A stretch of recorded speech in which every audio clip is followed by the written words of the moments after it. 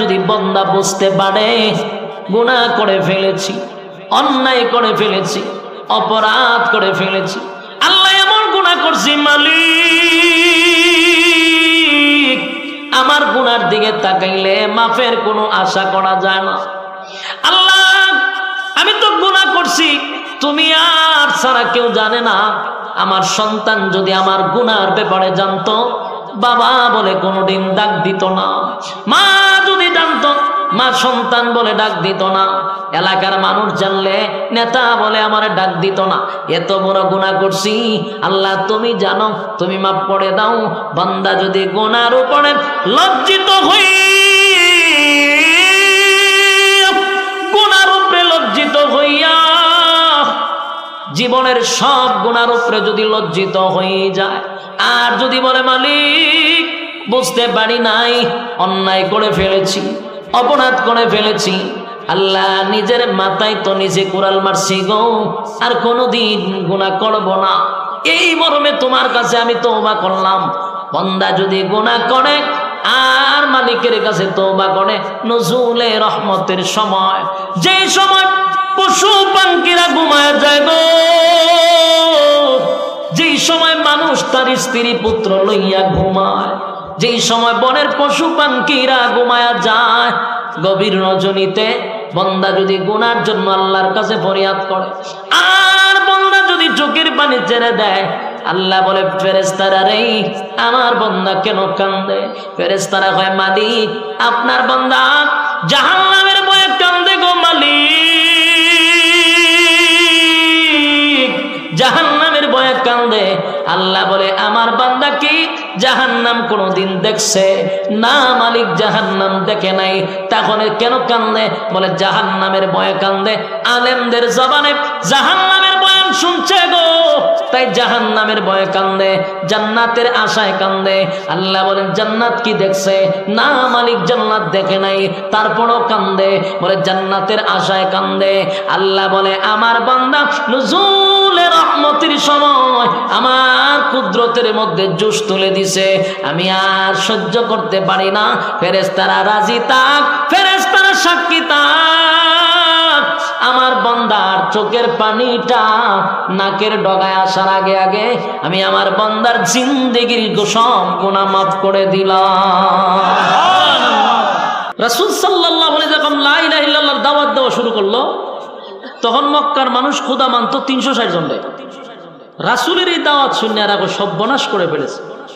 আব্দুল্লাহর পুত্র মুহাম্মদ কি দাওয়াত দেয়? সারা জীবন বাপদাদার ধর্ম পালন করলাম, সারা জীবন দেবদেবীর গোলামি করলাম, আমাদের খোদার সংখ্যা হইল 360।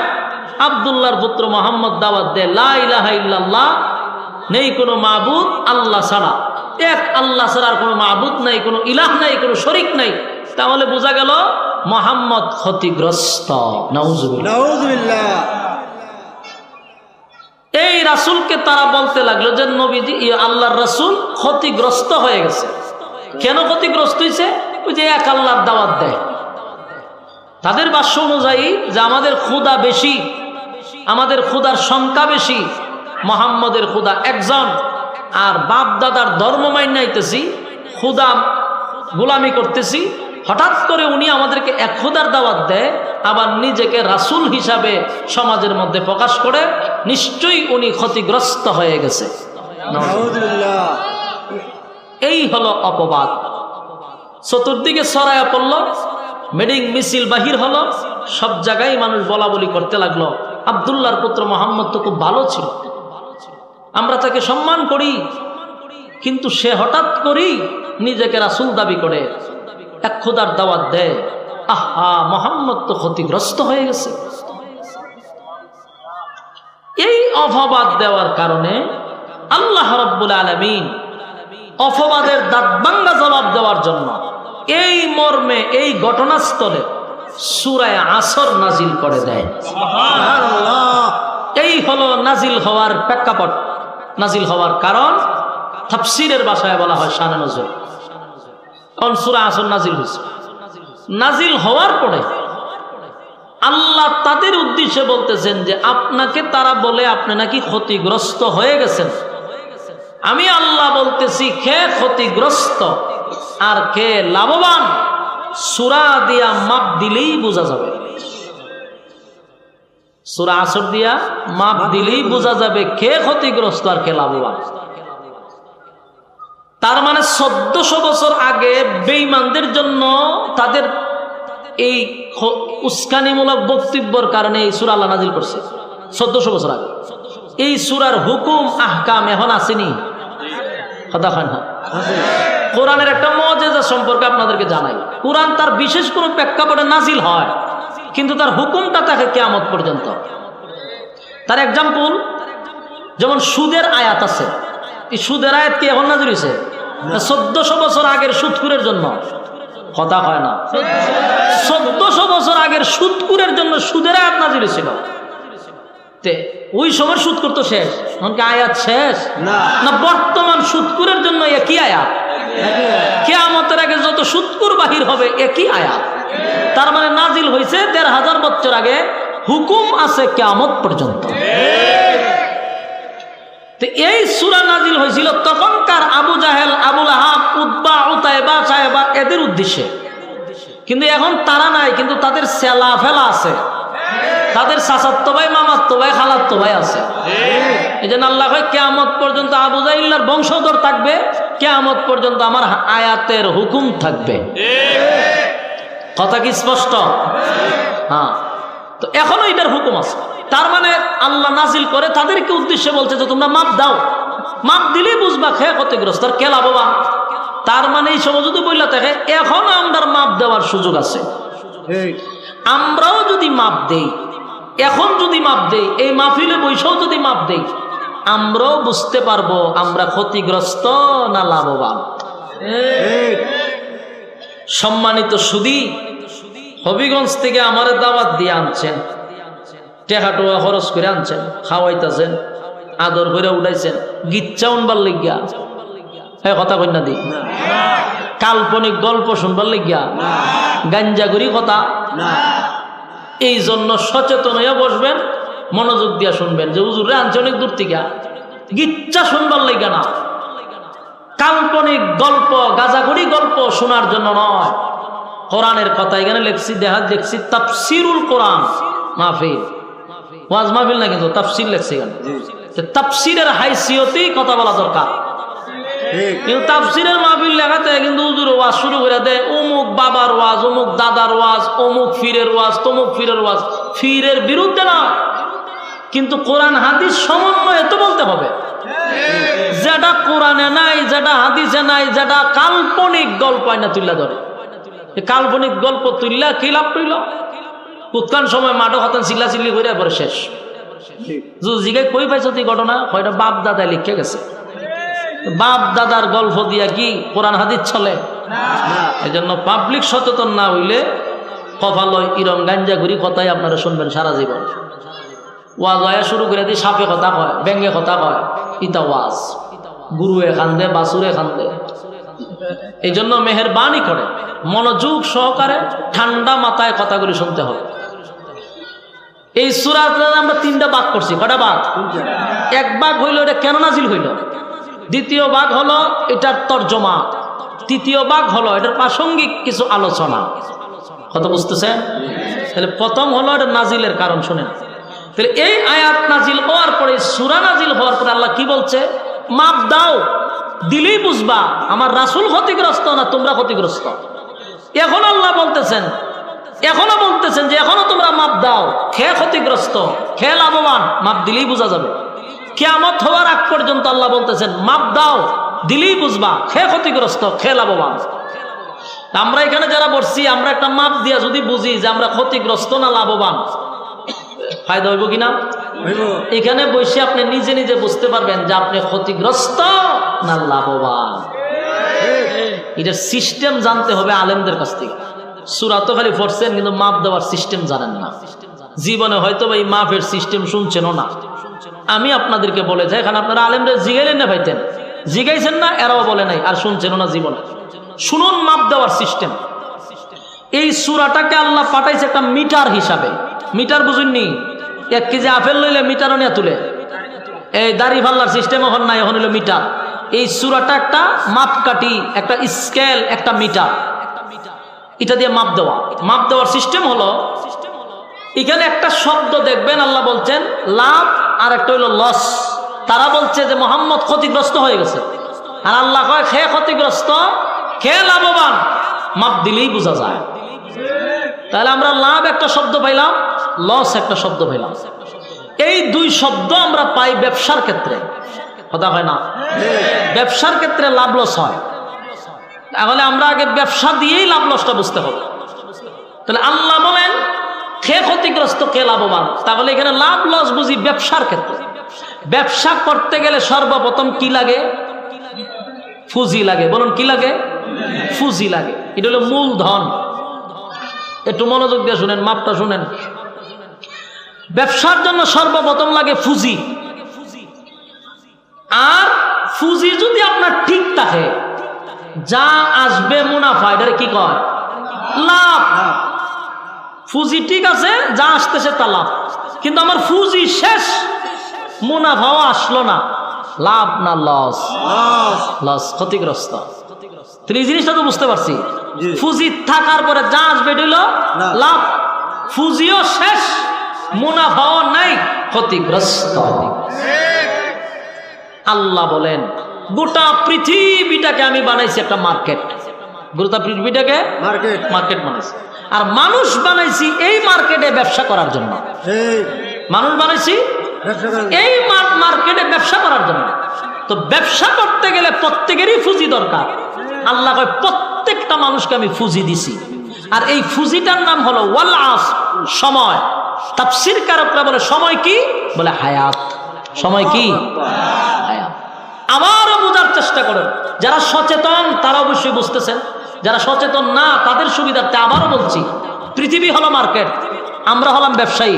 ব্যবসা করতে পুঁজি লাগে। আল্লাহ কয় হায়াত নামক জিনিস পুঁজি দিয়া পাঠাইছে। হায়াতটা কি? পুঁজি। হায়াত কি? পুঁজি। দুনিয়া হলো মার্কেট, আমরা হলাম ব্যবসায়ী, আমাদের পিছনে পুঁজি আছে। এখন মুনাফা, ব্যবসা খাটায় কি আনতে হবে? মুনাফা। আল্লাহ মুনাফাটা হলো নেক আমল। বলুন মুনাফা কি? নেক আমল হইল মুনাফা। হায়াত হলো পুঁজি, দুনিয়া হলো মার্কেট। এখন আমরা সবাই কিন্তু ব্যবসায়ী, কথা হয় না? যারা বসে রয়েছেন তারাও ব্যবসায়ী, আমিও ব্যবসায়ী, তারাও ব্যবসায়ী। সবাইকে আল্লাহ পুঁজি দিয়া মার্কেটে পাঠাইছে। এখন আমি আপনাদেরকে বলবো, খে ব্যবসায় লাভবান হয়েছেন, খে ক্ষতিগ্রস্ত হয়েছেন, এটা একটু পরে বুঝতে পারবেন। আগে আমি আপনাদেরকে বলি, পুঁজিটা যে আল্লাহ দিছে, এটা কতটুক দিছে এটা তো আমরা কেউ জানি না। তবে গড় আছে, গড় হলো সর্বোচ্চ আমরার হায়াতের গড় 60 বছর। বর্তমানে 60 বছর আমরা না ওই গড়ে হিসাব করি।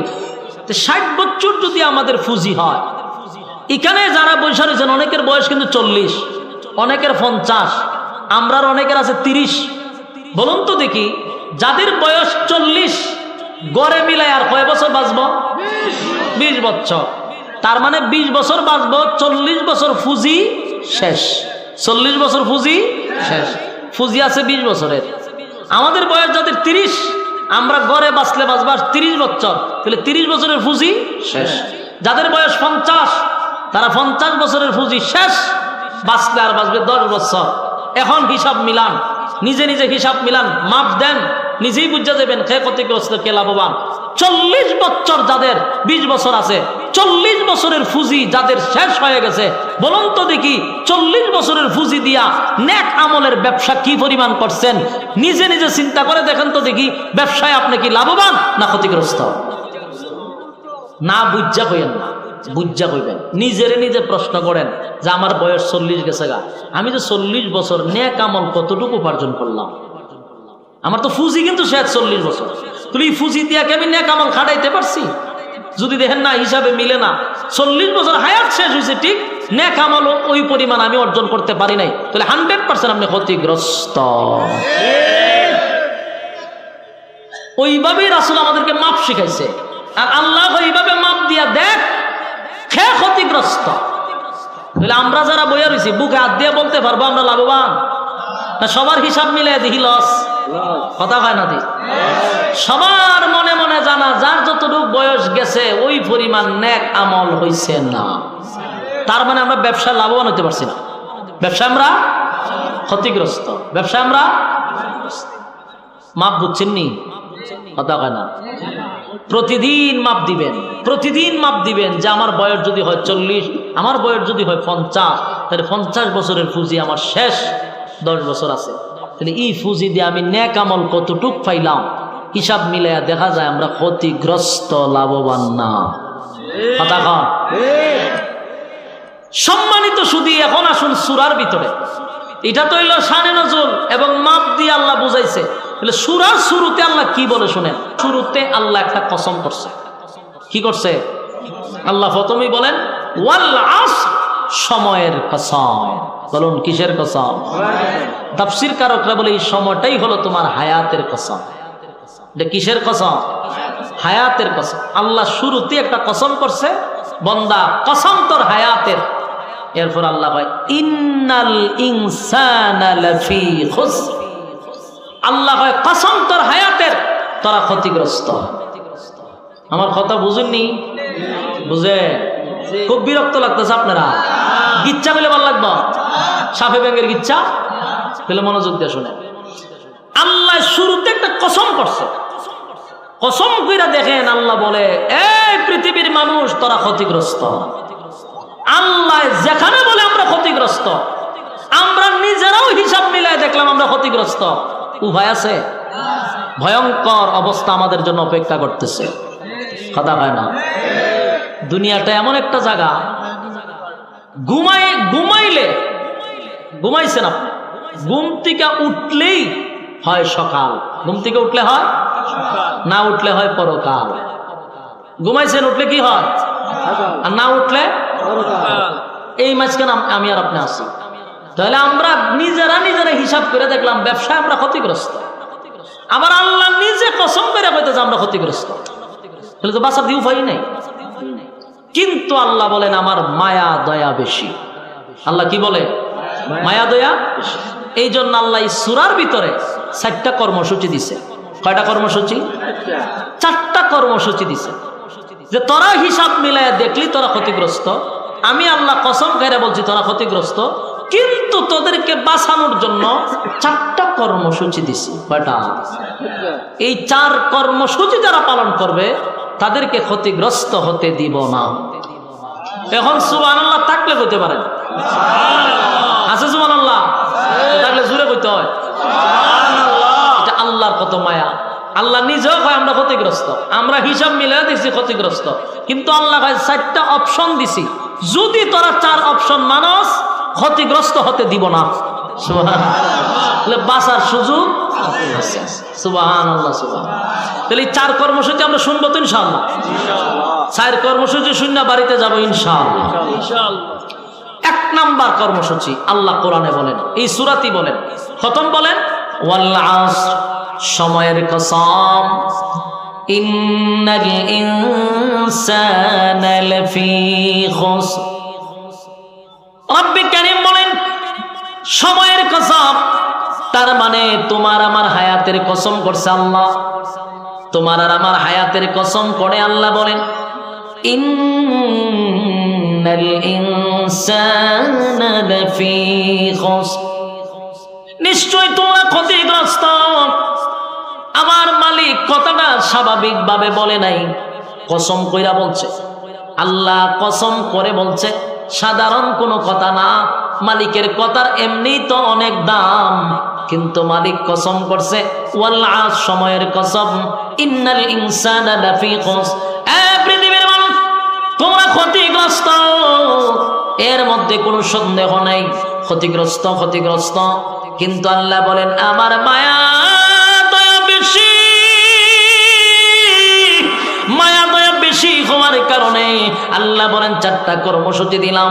4 কর্মসূচি যদি বান্দা মানস, ওয়াদা দিলাম কোনদিন ক্ষতিগ্রস্ত হতে তোদেরকে দিব না। তাহলে 4টা কর্মসূচি আমাদের পালন করা দরকার। 4 কর্মসূচির মধ্যে 1 নাম্বার কর্মসূচিটা হলো ইল্লাল্লাযীনা আমানু। 1 নাম্বার কর্মসূচি হলো ইল্লাল্লাযীনা আমানু। আল্লাহ বলেন বান্দারে ঈমান আনতে হবে আমি আল্লাহর উপর। এক নম্বর কর্মসূচি ঈমান, ঈমান ঈমান ঈমান ঈমান আনতে হবে আমি আল্লাহর উপরে। এই যে কথাটা আল্লাহ বলল ঈমান আনতে হবে আমি আল্লাহর উপরে, এটা এক নাম্বার কর্মসূচি। এই ওয়াজ শোনার পরে আপনারা যারা বৈশা রয়েছেন মনে মনে ভাবতে পারেন হুজুর এটা যদি হয় এক নাম্বার কর্মসূচি তাহলে তো আমরা সবাই ঈমানদার, এক নাম্বার কর্মসূচি তো আমরা পালন করছি। কথা হয় না? এই বয়ান শোনার পরে ধারণা, আমাদের মনের একটা ধারণা হল আমরা তো সবাই ঈমানদার। না এখানে কোনো বেঈমান আছে? এই ওয়াজে কোনো বেঈমান আসছে না? সবাই ঈমানদারের দাবি লইয়া এখানে বসছি, ঠিক না? ঈমান, ঈমানের দাবি লইয়া আমরা কিন্তু ঈমানের দাবি লইয়া এখানে বসছি। সবাই আমরা ঈমানদার, ঈমানের দাবি লইয়াই তো বসছি। কিন্তু আল্লাহ কয় এক নাম্বার কর্মসূচি হলো ঈমান ঈমান। তাহলে বোঝা যায় যেহেতু আমরা ঈমানদার, ঈমানের দাবি লইয়া বসছি, এক নাম্বার কর্মসূচি আমরা পালন করছি। কথা বল যুবক ভাই, এটা তো আমাদের ধারণা। আমাদের ধারণাটা যদি সঠিক হতো তাহলে আল্লাহ আমাদেরকে ঈমান আনার কথা বলতো না। আল্লাহ বলতো বেঈমান রে। কথা হয় না? আল্লাহ তো আমাদেরকে ঈমান আনার কথা বলার দরকার ছিল না, কারণ আমরা তো এমনি ঈমানদার। আমরা তো ঈমানদার, ঈমানদারকে ঈমানের বয়ান করার তো দরকার ছিল না। তাহলে আল্লাহ কেন গো ঈমানদারকে ঈমানের বয়ানটা করলো? তার মানে বোঝা যায় আমাদের মধ্যে বেজাল আছে না? না আছে। আল্লাহ ঈমানদারকে ঈমানের ওয়াজ করে।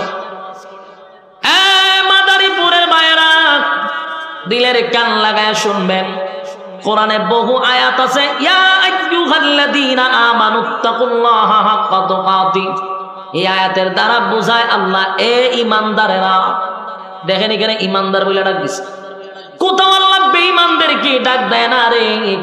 আল্লাহ ঈমানদারকে বারবার ওয়াজ করে। তার মানে আমরা যারা ঈমানদার দাবি করি আমাদের মধ্যে বেজাল আছে। বেজাল থাকার কারণে আমাদেরকে আল্লাহ বারবার সতর্ক করে বলে ইয়া আইয়ুহাল্লাযীনা আমানুত্তাকুল্লাহা হাক্কা তুকাতি। হে ঈমানদারেরা আমি আল্লাহকে ভয় কর। কারে কয়? ঈমানদারকে কয়। ঈমানদারকে আল্লাহ ডাক দেয় কয় আমারে ভয় কর রে। অন্য আয়াতে আল্লাহ বলেন ইয়া আইয়ুহাল্লাযীনা আমানু কু আনফুসাকুম ওয়া আহলিকুম নারা। রব্বি কারীম বলেন হে ঈমানদারেরা, ঈমানদারেরা শোন, তোরা নিজেরা জাহান্নামের আগুন থেকে বাঁচ। তাহলে আল্লাহ ঈমানদারকে জাহান্নামের আগুন থেকে বাঁচার কথা বলে। কথা হয় না? মাদারীপুরের মায়েরা, এটা কি বরিশাল পড়ছে? ওমা আমি দেবো মাদারীপুর, এটা বরিশালায় পড়ছে। আমি কি বরিশাল ওয়াজ করতেছি? তাহলে বরিশাল, আচ্ছা বরিশাল পর্যন্ত এসে পড়ছি। তাহলে আবার শুনুন, রব্বে কারীম বলেন ইয়া আইয়ুহাল্লাযীনা আমানু। এখানে ঈমানদারকে ডাকে ইয়া আইয়ুহাল্লাযীনা আমানুত্তাকুল্লাহা হাক্কা তুকাতি। ঈমানদার কি বলে ভয় করার জন্য। ইয়া আইয়ুহাল্লাযীনা আমানু কু আনফুসাকুম ওয়া আহলিকুম নারা। ঈমানদারকে বলে জাহান্নামের আগুন থেকে বাঁচো। কথা হয় না? ঈমানদারকে ঈমানের ওয়াজ করে মালিক। ঈমানদারকেই তো বারবার ওয়াজ করে ঈমানের। ঈমানদার কি আল্লাহ বলে ভয় কর। ঈমানদার কি আল্লাহ বলে বান্দারে জাহান্নামের আগুন থেকে বাঁচ। তাহলে কি বুঝলেন এ যুবক ভাইরা? ঈমানদারকে আল্লাহ ঈমানের ওয়াজ করে গো। তার মানে আমরা যারা ঈমানদার দাবি করি আমাদের মধ্যে মারাত্মক কোনো বেজাল আছে। বেজাল যদি না থাকতো তাহলে আল্লাহ তো জানে আমরা ঈমানদার। ঈমানদারে তো ওয়াজ করার দরকার নাই। আল্লাহ কত সব কাফেররা রে, কিন্তু আল্লাহ কয় ঈমানদার দাবি করস কিন্তু ভিতরে ঈমান নাই। কথা হয় না? দিলের কান লাগায় শুনবেন। প্রতিটা কথা হয়তো আপনার জীবনের গুরুত্বপূর্ণ কথা হতে পারে। আমি এই জন্যই বলছি বারবার, দূর বহু দূর থেকে আমি গাড়ি চালাই আসছি আপনার এখানে কাল্পনিক গল্প শোনার জন্য। আপনারা ব্যবসা বাণিজ্য বন্ধ করে বসেন নাই, কিছু দিনই কথা শোনার জন্য বসছেন। আমার যুবক ভাই, বরিশালের ভিতরে চলে আসছি, অনেক দূর চলে আসছি, কিন্তু আমি আপনাদেরকে দিল মাখা দরদ নিয়ে 4টা কর্মসূচি দিয়ে চলে যাব। আল্লাহ বলেনি 4টা কর্মসূচি যারা পালন করবে রে, আমি তাদেরকে ক্ষতিগ্রস্ত হতে দিব না। আর যদি 4 কর্মসূচি পালন না করো, আল্লাহর কসম, আল্লাহর কসম, আল্লাহর কসম, আমাদেরকে ধ্বংস থেকে কেউ বাঁচাইতে পারবে না। যুবক ভাই, রব্বে কারীম বলেন ইল্লাল্লাযীনা আমানু, ঈমান আনো আমি আল্লাহর উপরে। তার মানে ঈমানদারকে ঈমানের ওয়াজ করার মানেটা কি হলো? আমাদের ভিতরে ভেজাল আছে, ঈমানদার দাবি করি কিন্তু ঈমান নাই। যদি ঈমান মাপার মেশিন থাকতো, থার্মোমিটার থাকতো, ঈমান মাপার যদি থার্মোমিটার থাকতো, তাহলে বাংলাদেশে অনেক মানুষ ধরা পড়তো যারা বেঈমান। বহু দাড়িওয়ালা ধরা পড়তো বেঈমান, বহু হাজী সাহেবরা ধরা পড়তো বেঈমান, কথা হয় না? কিন্তু থার্মোমিটার নাই, এই জন্য সুদখোর ইমানদারের দাবি করে, ঘুষখোর ইমানদার দাবি করে, জেনাখোর ইমানদারের দাবি করে রে, টেন্ডারবাজি সাদাবাজি করে যে সেও ইমানদারের দাবি করে, 100 দর্শনের সেঞ্চুরি কইরা ইমানদার দাবি করে। সুদ খাইয়া বিশ্ববিখ্যাত নোবেল পুরস্কার পাইল ডক্টর ইউনূস পর্যন্ত ইমানদার দাবি করে রে। তার কারণ হলো ইমান মাপার কোন থার্মোমিটার নাই, যে সে ইমানদার দাবি করতেছে। এই জন্য আল্লাহ কয় আমি মালিক জানি তোদের ইমানের কোটা 0, তাই আমি তোদেরকে বাঁচানোর জন্য বারবার বলি ইয়া আইয়ুহাল্লাযীনা আমানু কু আনফুসাকুম ওয়া আহলিকুম নারা, হে ঈমানদারেরা নিজে জাহান্নামের আগুন থেকে বাঁচো এবং তোমাদের সাথী সঙ্গী তোমার আহালকেও জাহান্নামের আগুন থেকে বাঁচাও। এই ওয়াজ কিন্তু ঈমানদারকে আল্লাহ করে গো, এই ওয়াজ কোনো বেঈমানরে মালিক করে না। কারণ আমাদের ঈমান এত দুর্বল, এত দুর্বল, এত দুর্বল, 5 টাকার একটা চার কাছে ঈমান বিক্রি হয়। লাঙ্গল মার্কা প্রার্থী গিয়া কয় ভোট কারে দিবি, হয় এখনো সিদ্ধান্ত হয় নাই। লাঙ্গল মার্কা একটা রং চা খাওয়ানোর পরে জিগায় ভোটটা কারে দিবি, কো আপনারই দিমু। লাঙ্গল মার্কা চলে গেল, এবার আনারস মার্কা ঢুকছে, কয় ভোট কারে দিবি, কয় কোনো সিদ্ধান্ত হইছে না। আনারস মার্কায় আবার চা খাওয়ায়, কয় ভোট কারে দিবি, কয় আপনারই দিমু। একতারা মার্কা গিয়া চা খাওয়ানোর পরে জিগায় ভোট কারে দিবেন, কয় আপনারই দিমু। বলুন তো ভোট কয়টা? ভোট হইলো একটা, দিল কয়জন রে? ভোট একটা দিল 3 জন রে। তার মানে 5 টাকা দিয়ে চা খাওয়াইলে ঈমান নেওয়া যায়। এই জাতি হলো বাঙালি জাতি, কথা হয় না? আল্লাহ বলেন আমি জানি তোদের ঈমান বড় দুর্বল, 5 টাকার চার কাছে তোরা ঈমানটারে বিক্রি করস। আবার অনেক মানুষ ঈমান কেমনে যায় সেটাও জানে না। সকাল বিকাল ঈমান হারা হইয়া বসে আছে। অনেক মানুষ বেঈমান হইয়া মারা যাচ্ছে, জানেই না। মনে করছে আমি তো ঈমানদার, নামাজ পড়ি 5 ওয়াক্ত নামাজ পড়ি, রোজা রাখি, হজ করি, যাকাত দেই, কিন্তু বেঈমান হইয়া বসে রইছে, বলতেও পারে না। আমার যুবক ভাইয়েরা, ঈমানের ব্যাপারে খুব সতর্ক থাকতে হবে। অনেক মানুষ ডাক্তারের কাছে গিয়া কয় স্যার যদি ওষুধ না খাইতাম বুকের ব্যথায় মারা যাইতাম, ওষুধ না খাইলে সে মারা যাইত। এই কথাটা কিন্তু আমরা সচরাচর বলি, কিন্তু এই কথার দ্বারাও ঈমান চলে যাওয়ার সম্ভাবনা আছে না নাই? আবার অনেক মানুষ বলেন হুজুর আমার ছেলেটা যদি বিদেশ না থাকতো তাহলে না খাইয়া মরতাম, আসেনি? বলুন এই কথার দ্বারা ঈমান যাওয়ার সম্ভাবনা আসেনি? এক ছোটখাটো বিষয় নিয়ে ঈমান চলে যায়, জানি না কেমনে ঈমান যায় সেটাও জানি না। আরো আছে। আল্লাহ বলেন বান্দারে আসমান বানাইছি আমি আল্লাহ হুকুম দিয়া, জমিনটাকেও বানাইছি হুকুম দিয়া, সব সৃষ্টি করছি আমি আল্লাহ হুকুম দিছি, হয়ে গেছে। কিন্তু তরে বানাইছি গলার থেকে পায়ের তলা পর্যন্ত মেস্তুরি দিয়া, আর মাথাটা বানাইছি আমি আল্লাহর কুদরতি হাত দিয়া। এই মাথা এই কপাল শুধু আমি আল্লাহর কুদরতি পায়ে সেজদা দিবি। আমি আল্লাহ ছাড়া কোথাও মাথা নত করতে পারবি না। কার হুকুম? আল্লাহ ছাড়া মাথা নত করা যাবে না।